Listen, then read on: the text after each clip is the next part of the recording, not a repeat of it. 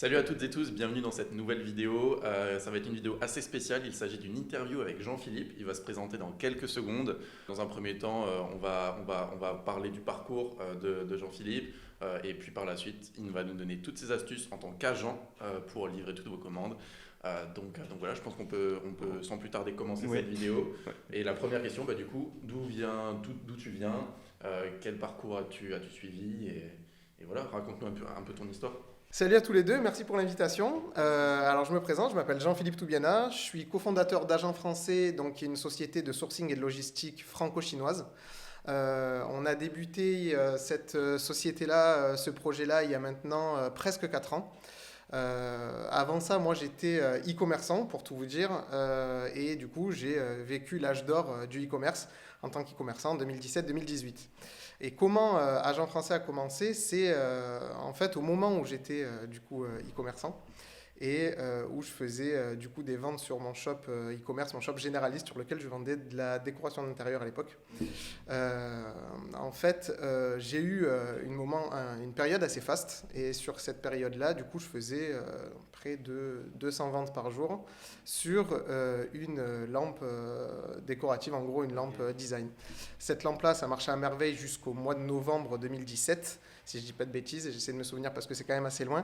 Et du coup, arrivé le mois de décembre 2017, je faisais tellement de chiffres que mon agent, qui s'appelait Chris à l'époque et qui était donc un agent ou une agent pour le coup chinoise, m'a dit que malheureusement on ne pourrait plus expédier ces commandes-là puisque le fournisseur en question avait une rupture de stock. Donc ce à quoi moi je me suis dit, bon, c'est pas bien grave, ce qu'on va faire c'est que on va essayer de trouver un autre fournisseur à l'aide de Chris. Sauf que Chris m'a dit non, on est désolé, on n'a pas le temps, on a trop de travail, donc du coup, on va devoir mettre ce business-là sur le côté. Donc je fais partie de ces personnes qui ont dû arrêter leur business, non pas parce qu'il ne fonctionnait pas, mais parce qu'il fonctionnait trop, malheureusement. Et donc du coup, c'est la raison pour laquelle je me suis tourné vers une personne qui est la femme d'un de mes meilleurs amis et qui est devenue mon associé, qui elle-même travaillait dans l'import-export franco-chinois, qui s'appelle Yi Xin, et donc du coup, qui est la seconde personne avec laquelle j'ai monté Agent Français à l'heure actuelle. Et cette personne-là, à l'époque, du coup, ne travaillait pas du tout dans le milieu e-commerce, elle faisait juste de l'import-export de gros en B2B. Je lui ai dit, est-ce que c'est possible de me dépanner un fournisseur en B2C? Parce que là, je suis dans une galère totale, je ne peux plus expédier mes commandes alors que je fais 200 ventes par jour. Et sur la quoi elle m'a dit, écoute, on va essayer de te trouver une solution qu'elle a trouvée rapidement et avec de bien meilleurs services que ce que Chris pouvait me proposer à l'époque. Donc du coup, je lui ai dit, déjà dans un premier temps, merci beaucoup, tu m'as sauvé mon Q4. Et dans un second temps, il faudrait qu'on parle plus profondément des services que tu as pu me proposer, puisque je pense que ça peut répondre à pas mal de problématiques des e-commerçants, déjà à l'époque et encore plus à l'heure actuelle. Et donc du coup, c'est comme ça qu'on a commencé Agent Français. Elle me disait qu'elle était OK pour s'occuper de toute la partie chinoise, mais qu'elle ne voulait pas s'occuper de la partie française. Et de mon côté, je lui ai dit, écoute, aucun problème. Ce qu'on va faire, c'est que je vais arrêter le e-com et que je vais me lancer dans cette aventure entrepreneuriale avec toi. On va tout de suite démarrer Agent Français, qui à l'époque s'appelait Agently Express. Et qu'on a changé du coup pour Agent Français parce que Agently Express avait un nom un peu trop consonance chinoise de par le fait que ça ressemblait à AliExpress. Et notre but, c'était de montrer aux personnes qu'on pouvait proposer des services qui étaient complètement différents de celles des agents chinois, puisqu'on est des agents français, ne serait-ce que par l'accompagnement, la personnalisation, etc. Et donc du coup, on a commencé ce fameux Agently Express début 2018, si je ne dis pas de bêtises. Elle de son côté avec toute la partie chinoise et moi de mon côté, donc du coup avec toute la partie française, la gestion clientèle, etc. Ok. Voilà. Est-ce que tu veux, juste pour ceux qui ne savent pas vraiment ce qu'est un agent, expliquer, selon toi, la définition de l'agent pour le e-commerce? Alors en fait, un agent, ça va être le lien entre votre fournisseur et votre boutique. Il faut savoir que quand vous faites du e-commerce, en particulier du dropshipping pour ceux qui en font, le fournisseur, c'est généralement un revendeur AliExpress qui va se sourcer sur le marché chinois et qui va rajouter du coup une commission avant de vous envoyer tout ça sur le marketplace AliExpress. Un agent, ce qu'il va faire, c'est qu'il va directement aller se sourcer chez le fournisseur ou chez le grossiste, c'est-à-dire qu'il ne va pas y avoir d'intermédiaire entre vous et votre fournisseur, si ce n'est l'agent. Et grâce à ça, du coup, il pourra vous obtenir des prix qui seront nettement plus intéressants au niveau du prix du produit que ce que vous pourrez retrouver par rapport à AliExpress. Et vous pourrez aussi avoir des services qui seront de bien meilleure qualité. Par exemple, la livraison sera nettement plus rapide avec un agent, en théorie, que ce que vous pourrez le retrouver avec AliExpress. Vous pourrez personnaliser vos produits, vous pourrez avoir un branding et donc du coup un packaging personnalisé pour le produit que vous vendez. En fait, il va pouvoir vous accompagner dans certaines démarches sur lesquelles AliExpress ne vous accompagnera jamais. L'élaboration de certificats pour les produits qui doivent être en conformité sur le marché européen, enfin bref, j'en passe. Tout un tas de services que vous ne pourrez pas retrouver en passant par des marketplaces comme Alibaba, AliExpress ou encore Amazon. Okay. Et en plus, si maintenant on parle d'un agent chinois, ce sera aussi compliqué d'avoir ces certifications, je pense. Alors, il y a des agents chinois qui travaillent extrêmement bien. Par contre, il y a plusieurs différences en fait, entre un agent français, quel qu'il soit d'ailleurs, et un agent chinois, selon moi. D'expérience, en fait, on s'est rendu compte de plusieurs choses. La première, c'est au niveau de la culture du business. Ils n'ont pas du tout la même culture que les Français et que les Européens. Généralement, un agent chinois, il va vouloir avoir un retour sur investissement, entre guillemets, très rapide, très vite. Il va penser rentabilité au lieu de penser pérennité et long terme. Ce qui fait que tant que tout se passe bien dans votre business et que vous faites des ventes, il va vous accompagner de la manière la plus smooth. Par contre, dès que vous allez avoir des problèmes, et c'est des choses qui arrivent évidemment en tant qu'entrepreneur, quand vous allez avoir des blocages avec Stripe, avec PayPal, que vous allez devoir avoir besoin de bordereaux d'expédition, de preuves de stock, de factures pro forma ou même de documents si jamais vous avez des problèmes avec les douanes ou avec la DGCCRF, ce qui sont des choses qui peuvent arriver. Ça fait partie des problématiques d'un entrepreneur sur le web. C'est à ce moment-là qu'un agent chinois, qui plus est s'il n'a jamais fait de e-commerce, va commencer à tourner les talons parce qu'au final, il va perdre du temps avec ça et ça va entacher au final sa rentabilité. Donc c'est vrai que de par expérience et de la part des retours des clients qui ont déjà travaillé avec des agents chinois, et moi compris pour le coup, puisque je viens d'un milieu où je travaillais, comme je vous le disais avec Chris, c'est vrai que c'est un petit peu compliqué sur le long terme de travailler avec un agent chinois parce qu'au niveau de la compréhension, c'est différent. Au niveau de la culture du business, c'est différent aussi. Donc vous allez avoir à un moment donné des blocages que vous n'aurez pas quand vous travaillerez avec, selon moi, une société française. Ok, parfait. Il y a une chose sur ton parcours que tu as dit qui m'a interpellé, c'est que tu as dû arrêter le e-com pour créer Agent Français. C'est ça. En fait, j'ai voulu arrêter le e-com déjà parce qu'il fallait, selon moi, avant tout, me focus sur ce business-là parce que c'était un business d'avenir et que je ne me voyais pas proposer des services d'agent tout en continuant le e-commerce. Si demain je fais du e-com et que j'ai des clients, en toute objectivité, je pense que mon client va flipper de ça et c'est à raison d'ailleurs puisqu'il va se dire si jamais moi j'ai un winner, qu'est-ce qui empêche mon agent, du coup qui voit mes chiffres, qui comprend mes volumes, de faire exactement pareil s'il fait du e-com. Et donc, du coup, en plus d'avoir un agent, j'aurai un concurrent.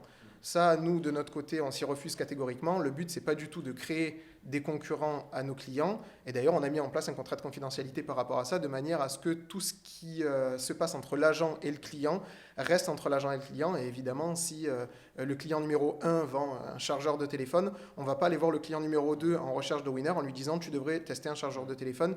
On est vraiment contre ce type de choses, quoi. Parce que du coup, ça fait une bonne transition pour la prochaine question, où justement, de base, on voulait te poser la question, voilà, qu'est-ce que les critères des bons produits, mais vu comme il y a des contrats de confidentialité, tu peux pas trop parler de ça. C'est ça, exactement. On s'est dit, on va mettre la question à l'envers, et puis on va te poser du coup, quels sont les critères qui font qu'un produit ne marche pas, qu'est-ce qu'il faut éviter de faire, comme ça, voilà, tu peux nous donner un maximum de conseils en tant qu'agent, vu que tu en vois passer souvent. C'est vrai que je ne vais pas pouvoir vous donner les best-sellers du coup, de par le fait qu'on a des contrats de confidentialité, donc je ne me permettrai pas par rapport à mes clients. Par contre, je peux donner des mises en garde, même si évidemment il n'y a pas de mauvais produits. Selon moi, tous les produits se vendent. C'est sûr que si on met une Barbie devant un biker, il ne va pas l'acheter. Par contre, une Barbie, c'est un très bon produit. Donc selon moi, vraiment, il n'y a que des bons produits, il y a juste des bonnes ou des mauvaises manières de les marketer. Par contre, il y a des mises en garde. Et donc du coup, ces mises en garde, ça va être essentiellement au niveau des thématiques sur les produits que vous voulez vendre. Je pense notamment par exemple aux produits liquides ou aux produits cosmétiques, donc à savoir des crèmes, des huiles, etc. C'est des produits qui se vendent très bien. Par contre, c'est des produits sur lesquels vous allez avoir potentiellement deux problématiques si vous faites du dropshipping pur et dur depuis la Chine. La première problématique, ça va être au niveau de l'expédition, parce que l'essentiel des compagnies d'expédition qui travaillent avec ce type de produits sont des compagnies d'expédition lentes. Les compagnies d'expédition qui proposent des délais rapides, style 5 à 7 jours, vont pas s'embêter avec ce type de produit parce que c'est des produits qui sont litigieux dans des soutes d'avion. Donc ils vont pas vouloir partir sur ce type de produit. Et donc du coup, vous allez avoir une première problématique qui va être de pouvoir livrer votre client avec ce type de produit, certes, mais sur des délais qui va plus avoisiner 12 à 15 jours que 5 à 7, voire 8 jours. Et tout l'intérêt quand on s'octroie les services d'un agent, ça va être évidemment de livrer plus vite, exactement. La seconde problématique à laquelle vous allez vous confronter, ça va être au niveau des certificats. Alors comme je vous le disais tout à l'heure, un agent va pouvoir vous accompagner sur l'élaboration et la certification des produits en conformité pour l'Europe ou pour les États-Unis par exemple. Il n'y a absolument aucun problème pour ça. Par contre, si vous ne le faites pas, c'est-à-dire que si vous restez en dropshipping pur et dur pour essayer de maximiser vos marges au début, évidemment, vous allez avoir des produits qui vont être de très bonne qualité, parce qu'en Chine, il y a de tout. Il y a de la mauvaise qualité, évidemment, mais il y en a aussi de la très bonne, l'excellente qualité. Et avec des certifications qui sont, pour le coup, chinoises et qui sont parfois même meilleures sur la cosmétique que les certifications européennes. Par contre, c'est des certifications chinoises. Ce qui veut dire que si vous avez une de vos clientes, par exemple, qui fait une réaction hypoallergénique, qu'elle porte plainte et qu'on vous demande des certificats, malheureusement, vous aurez dans un premier temps que les certificats chinois ou asiatiques pour pouvoir vous défendre et vous risquez d'avoir des problèmes. Donc par exemple, ce type de produit, c'est pas que c'est des mauvais produits, mais si jamais vous désirez de partir sur cette thématique-là, à ce moment-là, il vaudra mieux très certainement personnaliser du coup ce produit, partir sur un CE, partir sur des certifications du coup qui sont bien spécifiques pour ce type de thématique, quoi. Et la deuxième chose aussi qu'on évite, c'est les produits qui sont, on va dire, litigieux aussi, tout ce qui est fausses armes, c'est-à-dire produits airsoft, vous savez, les jouets aussi, ceux qui ont des formes d'armes, les pistolets à eau, etc. Tout ce qui est couteau de chasse, par exemple aussi, c'est des thématiques qui sont compliquées puisque de la même manière que les produits cosmétiques, les compagnies d'expédition type Colissimo, colis privés, etc. ne veulent pas s'embêter avec ce type de produit-là parce que c'est trop compliqué avec les dédouanements, etc. Ça prend trop de temps, c'est trop problématique, donc du coup, ils évitent et évidemment, on devra passer aussi par des lignes d'expédition qui seront beaucoup plus longues, quoi. Okay. Voilà. Donc en résumé, c'est juste éviter les produits qui peuvent avoir des problèmes, les liquides et c'est ça, exactement. aux armes. Enfin après, si on lit un petit peu les règles de Facebook, on peut un peu se remarquer ce genre calquer dessus, complètement. Ouais. C'est-à-dire que généralement, tous les produits, sauf les produits qui appartiennent à l'univers de la nudité, je pense notamment aux sous-vêtements, etc., qui sont un petit peu plus compliqués à puber sur Facebook, mais sur lesquels, pour le coup, nous, on n'aura absolument aucun problème à envoyer. Mais comme tu le dis très bien, les produits qui sont généralement litigieux sur Facebook, ils le sont aussi avec les compagnies d'expédition. Ok. Donc une fois qu'on a choisi son produit, grâce à tes conseils notamment, il faut une solution pour les livrer. On en a déjà un peu parlé, mais est-ce que tu as des astuces plus précises pour la livraison ? Je vais dire que ce soit pour le testing et puis après le scaling. Alors moi, un des conseils que je donne à tous mes clients et tous mes nouveaux clients, c'est d'abord toujours de tester le produit avant de partir en recherche de produits via les fournisseurs. Pourquoi ? Parce que les fournisseurs avec lesquels on bosse, avec lesquels bossent les majorités des agents, je pense, sont des grossistes ou des usines. Et donc de la même manière, quand on va démarcher un grossiste en France en lui disant je fais 3 ventes, 4 ventes par jour, au final, soit il ne va pas prendre le temps de vous répondre, soit il va vous répondre avec des prix qui sont exorbitants, parce que pour lui, ce n'est pas très rentable de faire 4 ventes par jour, c'est un grossiste. Ou sinon, il va vous répondre en vous disant, écoute, il vaut mieux que tu ailles voir un revendeur, parce que là, concrètement, tu viens de taper à la porte d'un grossiste, et donc du coup, nous, c'est des gros volumes qu'on souhaite te faire parvenir, ce n'est pas des 3-4 ventes par jour. Donc c'est exactement pareil en Chine. Et moi, de mon côté, si je vais aller démarcher un fournisseur pour un produit en particulier en lui disant que mon client fait 3 ventes, 4 ventes, 6 ventes par jour, évidemment, je n'aurai pas les mêmes prix que si je vais le démarcher en lui disant il fait 20 ventes par jour de manière régulière.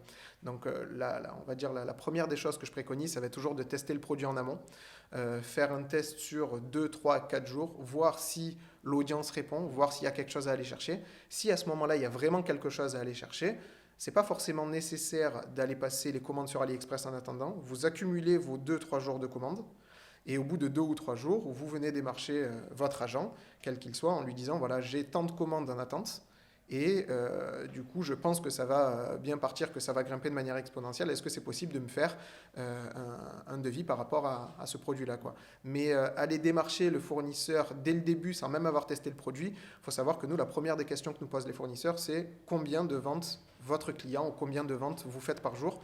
quel volume vous allez nous prendre de manière hebdomadaire, mensuelle, etc. Et si on n'arrive pas avec des vrais arguments, on n'arrivera pas à avoir des vrais prix. Ok, ouais. Et donc à ce moment-là, les délais de livraison seront logiquement plus longs si on doit passer par AliExpress. C'est ça, exactement. Alors nous, de notre côté, ce qu'on a fait aussi, c'est qu'on a proposé à nos clients, même s'ils ne font pas 10, 15, 20, 30 ventes par jour, d'accumuler les jours de vente. C'est-à-dire que si vous faites par exemple 7 ou 8 ventes par jour, à ce moment-là, au lieu de passer commande chez le fournisseur tous les jours, on va passer tous les 2 jours. Ça va nous faire une quinzaine de commandes à passer, ce qui est le minimum pour les fournisseurs partenaires avec lesquels on travaille. On a entre 10 et 15 commandes à chaque fois qu'on doit passer commande chez eux. Donc s'il faut attendre 48 heures pour passer commande, à ce moment-là, on le fait. Et avec le délai de livraison qu'on va pouvoir proposer à nos clients, dans tous les cas, ils seront quand même gagnants parce qu'ils vont en livrer en moyenne 2 fois plus rapidement que ce qu'ils pourront livrer avec AliExpress, par exemple. Ok. Maintenant, pour la prochaine question, on peut parler maintenant de satisfaction client. Parce que bon, la livraison, du coup, c'est le premier truc, je pense, pour qu'un client il soit content. Et après, c'est tout ce qui est le packaging. Quand on commande sur AliExpress, généralement, on reçoit un peu des... on avait l'expression sac poubelle, on a appris que c'était des pipi bags. Ouais, des pipi bags. Ouais. Des pipi bags. Et du coup, est-ce que toi, tu as des conseils par rapport au packaging et tout, vu que je pense que tu fais aussi un petit peu ça ouais, bien sûr. En même temps. Et puis aussi les boîtes d'expédition, vu qu'on a pu en parler aussi avant l'interview. C'est vrai que, on va dire, un des points caractéristiques d'une collaboration avec un agent, ça va être évidemment de pouvoir personnaliser son produit ou son packaging et donc du coup on va dire de travailler encore plus son image de marque parce que avoir un beau site c'est très important, avoir des belles créatives lorsqu'on va mettre en avant son marketing c'est aussi très important, ça crée une image de marque. Par contre, il y a quelque chose qui ne trompe pas, c'est quand le client reçoit son produit. Et en fait, quand le client reçoit son produit, s'il le reçoit directement de la part d'AliExpress avec le fameux OPP bag qui ressemble plus ou moins à un sac poubelle comme vous dites, et du coup avec soit des caractères chinois sur le packaging, soit des caractères chinois sur l'étiquette d'expédition, évidemment ça va freiner le client parce que quand il va recevoir ça en 15 jours, en 20 jours et qu'en plus de ça, il y a des caractères chinois avec une qualité qui n'est pas forcément toujours irréprochable, ça peut entacher, vous, de votre côté, votre image de marque. Et donc, du coup, pour éviter ça, évidemment, en travaillant avec votre agent, dans un premier temps, vous allez pouvoir expédier votre produit avec une étiquette d'expédition 100% française sans caractère chinois. Et à côté de ça, vous allez aussi pouvoir personnaliser soit votre packaging d'expédition, donc ce que j'appelle la boîte d'expédition. On ne parle pas là du packaging du produit, on parle de la boîte carrément d'expédition, soit personnaliser du coup ce fameux OPP bag qui ressemble de moins en moins à un sac plastique évidemment. Nous, de notre côté, on évite de personnaliser les OPP bags. Pourquoi ? Parce que il arrive un moment, par exemple les périodes fast du e-com, comme le Q4 ou comme la Saint-Valentin, où il y a énormément de volume, énormément de commandes, et donc du coup, Colissimo, Colis Privé, sont des sociétés qui vont devoir sous-traiter leurs services à des livreurs qui sont indépendants, et donc du coup prendre des personnes en CDD, ou pas. Et donc, du coup, ces personnes-là, évidemment, vu qu'elles travaillent en CDD, quand elles vont livrer vos colis, une fois que vos colis sont arrivés en France, si elles voient par exemple, vous vendez un boucleur avec le nom du boucleur et le site internet du boucleur directement sur le paquet d'expédition, le gars, il a juste à aller sur le site internet pour voir ce qu'il y a en fait dans le sachet, il va voir que c'est un boucleur et pour le coup, il peut dire qu'il est perdu et le ramener à madame à la fin de sa tournée de livraison. Donc, évidemment, c'est anecdotique, ça arrive très peu, mais pour éviter ce type de problématique, quand vous faites des très gros volumes à l'approche des périodes comme le Q4 par exemple, moi, ce que je préconise, c'est de rester sur des packaging neutres de manière à pouvoir éviter ce type de circonstances. Ok, maintenant une autre question concernant les prix. Est-ce que c'est possible de les négocier ? Comment avoir les meilleurs prix ? Est-ce que tu as des astuces spécifiques pour ça ? C'est tout à fait possible de les négocier. De la même manière que je vous parlais tout à l'heure de la culture du business en France et en Chine, il faut savoir que quand en France, on va démarcher un professionnel et qu'on lui dit « j'ai pour prévision de faire tant de ventes par jour », il va, on va dire, adapter son prix à la prévision que vous allez lui dire. En Chine, c'est un petit peu différent. Ils ne travaillent pas vraiment de cette façon. On a beau leur dire qu'on a prévu de faire 100 ventes par jour d'ici 15 jours. Ils vont nous dire, c'est très bien, pour le coup, là, actuellement, tu en fais 10, donc je vais te donner un prix pour 10. Quand tu en fais 100, reviens me voir et à ce moment-là, on retravaille le prix pour 100. Il faut savoir aussi qu'ils sont très ouverts à partir du moment où on fait des gros volumes parce que c'est exactement ce qu'ils recherchent. Donc, ils seront beaucoup plus intéressants au niveau de la négociation que ce que pourrait l'être un fournisseur français ou européen. Mais par contre, il va falloir lui prouver qu'on veut négocier et qu'on a des raisons de négocier. Donc évidemment, on va pouvoir aller chercher soit un prix qui va être plus bas, soit de la personnalisation, que ce soit sur le produit ou sur le packaging du produit, là en l'occurrence, si jamais on fait des ventes qui sont intéressantes ou tout simplement si on veut acheter un stock, parce qu'il est aussi possible du coup d'avoir son stock, qu'il soit brandé ou pas, pour avoir soit un produit qui est personnalisé, soit avoir un produit qui est moins cher. Il est possible de faire un stock même si on ne fait pas des très gros volumes. Moi j'ai des clients qui font en moyenne 15 ventes par jour et qui ont décidé de stocker 100, 150, 200 pièces directement dans notre entrepôt à Shenzhen. Ça leur a permis deux choses. La première, ça leur a permis d'expédier plus rapidement, du coup, puisqu'on n'est pas obligé d'attendre que le fournisseur nous envoie leurs fameux 15 commandes par jour pour pouvoir expédier. On les a directement à l'entrepôt, donc on peut traiter les commandes sous 24 heures au lieu de 48 à 72 heures généralement. Et la deuxième chose aussi, c'est du coup qu'on a pu acheter évidemment ces 150 ou ces 200 pièces évidemment moins cher que si on avait acheté 15 pièces par jour. Donc pour ces deux raisons, selon moi, si évidemment la trésorerie le permet, je pense que ça peut être intéressant de se pencher au bout d'un certain temps, évidemment pas tout de suite, pas dès le début. Je ne recommande pas du tout de stocker dès le début parce que du coup, on ne sait pas où va le projet, on ne sait pas comment va évoluer le business. Mais une fois qu'on a un certain passif sur le projet qu'on a mis en place, pourquoi pas mettre en place un petit stock, même minime, 50, 100, 200 pièces, on n'est pas obligé de partir sur des 1000 pièces pour pouvoir justement bénéficier de ces services-là, à savoir traitement de commandes rapides, pourquoi pas personnalisation du produit et évidemment un produit qui est moins cher que si on commande de manière journalière. Bon, du coup, ça fait un peu aussi, encore une fois, une bonne transition parce que du coup, toi, tu es agent et tu essayes de proposer des bons prix. Et bon, comme tu nous as parlé, bah, on sait que voilà, tu n'es pas comme tous les. Enfin, je dirais pas tous les agences comme ça, mais on va dire les Chinois qui sont là pour la marge et tout, qui veulent vraiment proposer des prix forts. Parle-nous un peu du coup de toi, tes services, comment tu fonctionnes, quel prix tu mets en place pour ceux qui aimeraient se lancer et utiliser un agent comme toi, du coup. Alors c'est évident que, alors là on va me dire je prêche pour ma paroisse, c'est vrai, mais par contre on va pas du tout fonctionner de la même manière que les agents chinois. Notre but c'est pas du tout de faire du volume maintenant tout de suite, et c'est la raison pour laquelle du coup on prend aussi des clients qui font en moyenne 10 ventes par jour et qu'on leur permet aussi de passer leurs commandes tous les 2 jours. Notre but c'est pas de récupérer des clients qui font tout de suite des gros volumes, on en a évidemment aussi, mais notre but c'est surtout d'accompagner un client sur toute la durée de vie de son shop, que ce soit au début jusqu'à la fin.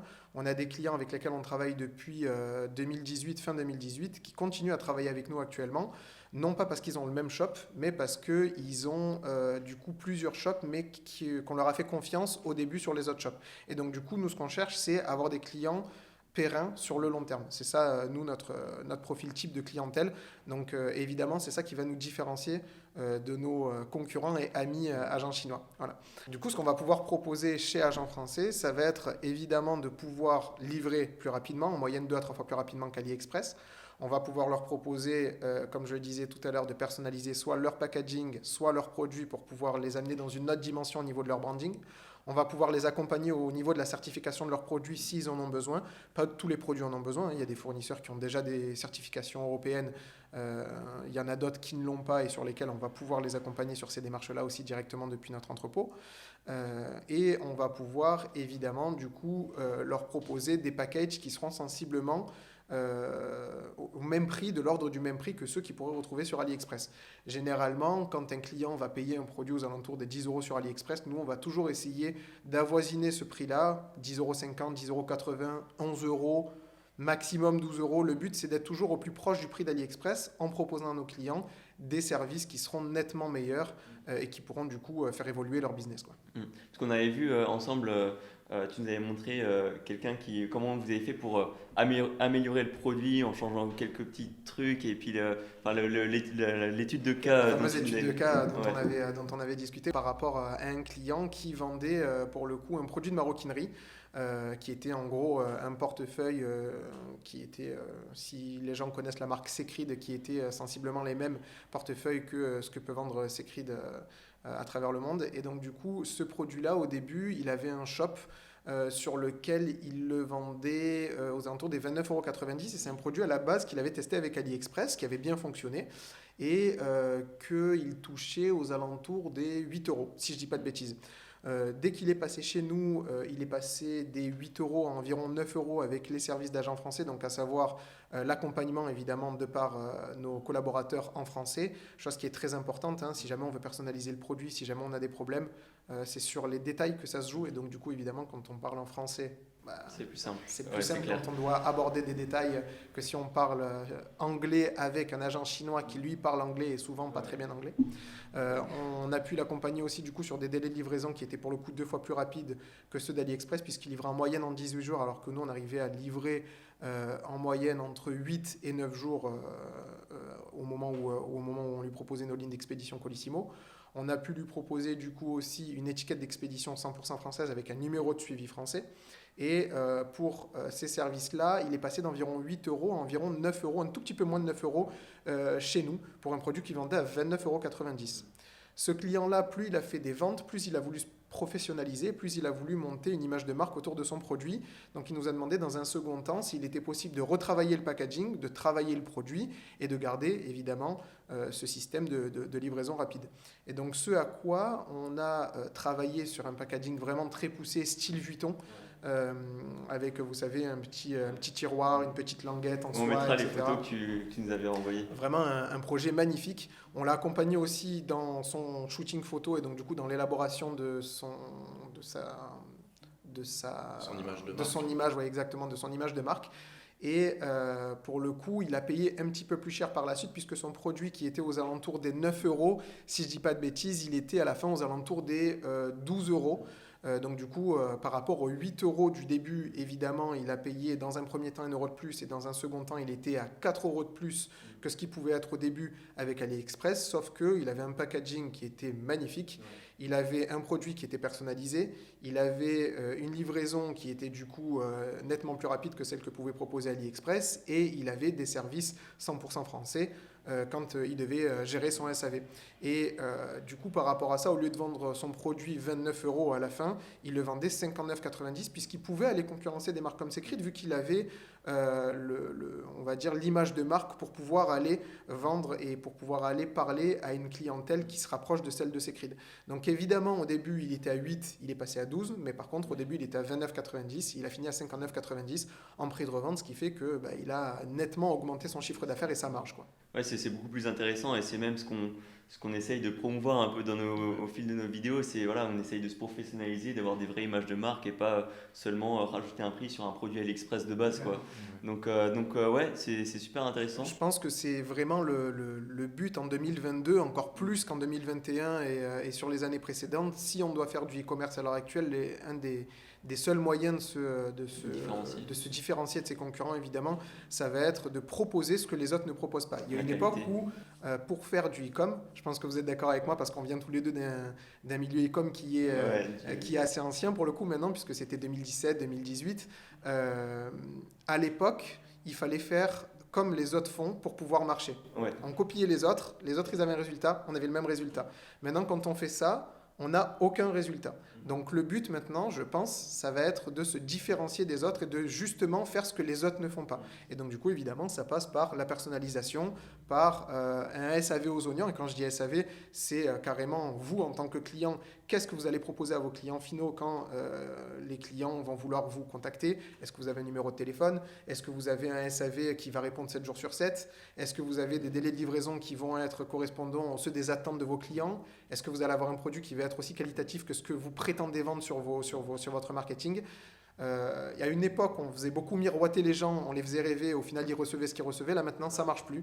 Le dropshipping, évidemment qu'il n'est pas mort, mais par contre, il faut le faire d'une manière différente. Et donc du coup, il faut, selon moi, s'entourer de professionnels quand vous travaillez sur le marché international, donc là en l'occurrence avec des Chinois, il faut s'entourer d'agents évidemment et de professionnels pour pouvoir faire ce que vos concurrents ne vont pas faire. C'est clair, c'est un peu le nerf de la guerre en e-commerce en 2022, la qualité, la satisfaction client. Complètement. Donc du coup toi tu permets d'optimiser tout ça, de faire tout ça. C'est ça. Si maintenant on veut te contacter, il faut passer par quoi? Téléphone, sur ton site On a plusieurs biais sur lesquels les clients vont pouvoir nous contacter. Le premier évidemment c'est notre site internet www.agentfrançais.com sur lequel vous allez pouvoir du coup trouver tous nos services et vous allez pouvoir entrer en contact avec nous soit via la boîte mail, soit via WhatsApp, soit directement nous demander un devis via un formulaire de sourcing qui est directement sur le site internet et sur lequel vous pourrez faire toutes vos demandes. En tout cas, tout sera dans la description. Ouais, bien sûr. Si vous voulez rajouter.